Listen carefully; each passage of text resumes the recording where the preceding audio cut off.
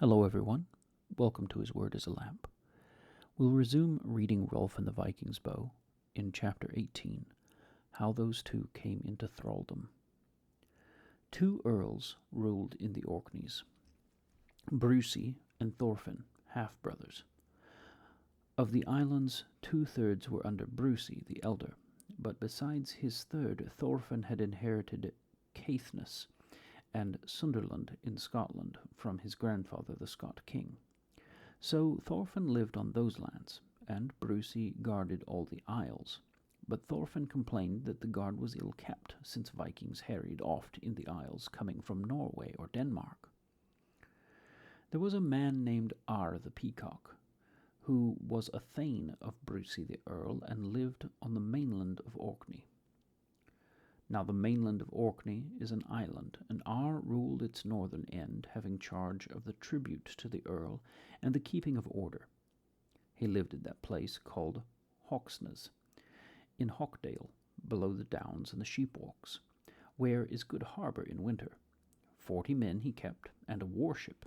His hall was great, and there was a stone church nearby. Fisherfolk and farmers lived in the same settlement. Ar was a vain man and fond of show, kindly but weak. Because he had no child, he had taken to him a lad to foster, who was called Grani the Proud, Ar's fosterling. Grani was tall and fair, of 16 summers, skilled in games, but ignorant of war. He was dear to his foster father's heart, and Ar could deny him nothing. That warship of Ar's was for the ward of the isles, and Ar kept it at all times in readiness. One day news came that Vikings were on the west coast, plundering and burning. Ar sent for Sweyn, the master of his ship. "Thou shalt take the best of thy men," said Ar, "and search for those Vikings. And because Earl Thorfinn has complained that our work is ill done, thou shalt take all pains." Sweyn said he would. Then Grani stood before Ar and said, "Thou hast many times promised I should go a-fighting. Now may I go with Sweyn, or wilt thou put me off yet another time?" Ar remembered that he had heard of but one Viking ship. So he said, "Thou mayest go. Thou hast promised me thralls when the next captives are taken. May I choose them from this ship?" "2 thralls mayest thou have," answered Ar, "but all Orkneymen are to be freed." When they made ready to go, Ar said to Sweyn that Grani should be guarded in the fight, and Sweyn promised to look well to that. They went on board and sailed round into the open sea. There they passed first the great cliffs, and then cruising along the shore, looking for the ship of the Vikings. Now the ship of those chapmen who had given passage to Rolf and Frodi had a good voyage. Those 2 Broadfirthers were the only Icelanders aboard. To them the Orkneyingers boasted much of their land. "In spite of what ye say," quoth Rolf to them, "the Orkneys are no such safe place as Iceland, as I see clearly, now that we are nearing land." "In what dost thou see it?" asked the others. "With us are no sea robbers," answered Rolf, "but ye have set a watch against Vikings, and fear them." This the Orkneyingers could not deny, for they had kept a lookout ever since they had neared the land. Yet all their care did not avail them, for they met a ship in the Pentland Firth, a warship, weather-stained and hardy. Shields hung along its sides, and it sailed swiftly. When the chapmen saw the shields taken from the rail, they knew this was a Viking ship. So the chapmen prepared to defend themselves. Rolf got ready to fight, but when the Vikings drew near, Frodi sat himself down on a rowing bench and looked troubled. "Wilt thou not fight?" asked the shipmaster. Frodi answered, "It is not clear to me what I should do." "Shame on thee," cried the other, "if thou wilt not fight for the men who harboured thee." So tall was she that the Vikings could not board her. So Frodi, without arms, stood up as the 2 ships came together, and knew not where to place himself. The Vikings came leaping aboard, and all men began fighting in confusion. But the Vikings were many, and were well armed, and the chapmen had no leader. Men fell dead at Frodi's side, and a Viking came at him with a brandished sword. Frodi caught him and hurled him into the water. Then he took those other Vikings who came near him and cast them overboard, one after another. And it is no affair of mine, thought he, if they cannot swim. And he cleared a space about him. But one from a distance cast at him a throwing axe. It struck him flatwise on the head, and down he fell. By this time the chapmen were ceasing to fight, but Rolf saw Frodi fall, and fought the harder to avenge him. The Vikings penned him by the rail, yet he broke through them. Then, when he passed near where Frodi had fallen, Frodi rose up and caught Rolf by the waist, and said, "Now sit we down comfortably here together, for we have done our part." That was the end of the fight, for no men fought more, and the Vikings gave peace to them. Now men began to shout from the water, where they were swimming. 3 were hauled up over the side. "How many," asked Rolf to Frodi, "throwest thou over?" Frodi turned white and would not answer. Then the Vikings despoiled the ship of the chapmen, and set her adrift, but the captives were set to row the warship.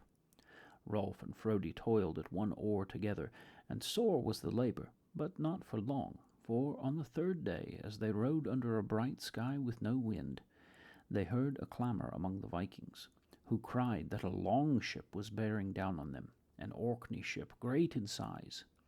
Some of the Vikings snatched their shields from the bulwarks and armed themselves, but many, crying that no mercy would be shown, would take no shields, and instead cast off their shirts of mail, preparing to go into the battle baresark. "Never have I seen that," said Rolf, "though much have I heard of it. For Northmen in danger of death often went into battle bare of armour, fighting with fury and mindless of wounds. They believed that thus they came surely into Valhalla, but that was a custom of the heathen, and was not done by Christian folk." Rolf and Frodi were tied to their bench, and saw nothing of the Orkneymen as they came up astern. But at last the splash of oars was heard. Next a grapple came flying abroad. Then, of a sudden, the Orkney ship loomed alongside, and she was a big ship indeed. So tall was she that the Vikings could not board her. But from her the Orkneymen sent down arrows, stones, and spears. Bodies of men fell among the rowers' benches, and Rolf and Frodi took each a shield, sat close together, and warded themselves against weapons.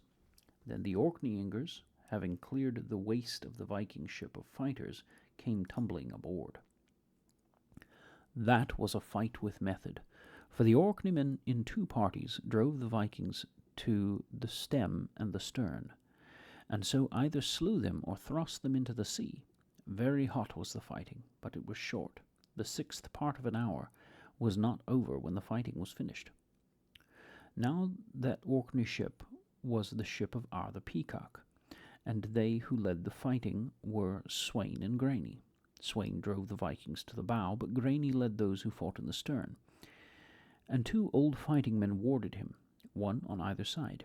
Grani did not know that they were guarding him. When the fighting was finished, Sweyn and Grani met in the waist near where Rolf sat. Sweyn asked Grani if he had any wound. Grani said nay thereto, but I gave wounds, and this has been a great fight. Now, said Sweyn, let us free those who worked at the oars. Remember, answered Grani, that I am to have thralls from the captives. But of those who had been taken with the ship, it was found that all the Vikings were either dead or sore wounded, and all the rowers were Orkneymen, save only Rolf and Frodi.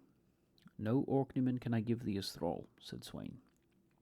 Grani answered, Then I take the 2 others. Then Rolf stood up and said, Icelanders are we. Since when are Icelanders enthralled in the Orkneys, and why is this injustice? Ye are captives, said Grani. Sweyn took him aside to speak with him, but he would not listen, and said, pouting, Ar promised me. Take them then, replied Sweyn. Grani said to Rolf and Frodi, Ye are my thralls. I will treat you well. What are your names? Rolf answered, Rolf Height, I. Of what father and what place? A thrall, answered Rolf, hath no father and no home. Frodi replied in like manner. It is plain to see, said Sweyn, that these 2 should be free men. Let them win their freedom then, answered Grani. Then a division of men was made, And Sweyn took the chapman with him in the large ship, but Granny stayed on board the Vikings ship as its master. They sailed together for the Orkney coast. When night came, Granny called Rolf and Frodi, and bade them watch by turns while he slept. "I will be a good master, so long as ye serve me well." Rolf thought Granny to be about his age, yet not so old in mind. Much pleased was Granny to own thralls. He seemed kindly, but petulant and uncertain.